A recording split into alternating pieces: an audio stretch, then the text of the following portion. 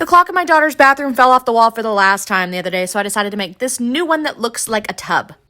It's made out of the backside of a wooden circular canvas, and I wanted to do a little bubble bath because she's got a lot of duckies already in her bathroom. I first found the middle of the panel and drilled a hole so that the shank of the clock piece could go through. Then I did the spackle prime wet sand thing over and over again off camera because it's pretty miserable to watch, let alone do. I used my finger to make the inside look nice and round like porcelain, and then I used a couple of different colors of paint to make this swirly look. I used metallics and sparkles to make it look like it was draining into the center because I was nervous about how much like a bathtub I could actually get this to look. I totally scored these bubbles in the clearance section, and I had an entire selection of bubbles I could choose from. And since my kid can't tell time, I don't really need this to be really numbersy. I wanted it to look like a tub that happened to be a clock, not a clock that happened to be a tub.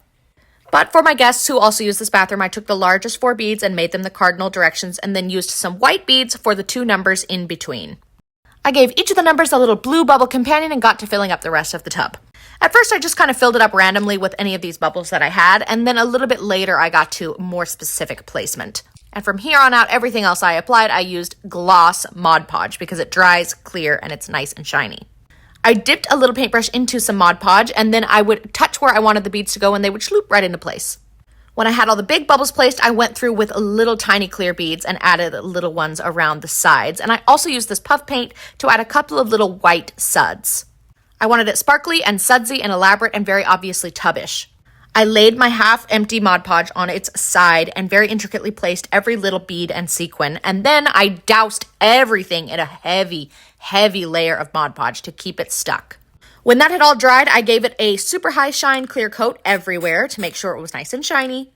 And I was going to attach some plastic packaging to the clock hands, but I didn't want them so obvious and I couldn't really get it to work, and so Shrinky Dinks to the rescue after many attempts.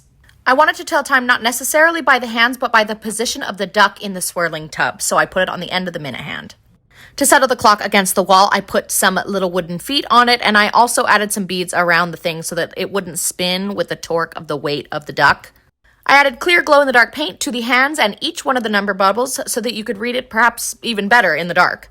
I added a little floating washcloth and another ducky out of the way of the hands of the clock, and it works totally perfectly. And now this clock is also a bubble bath.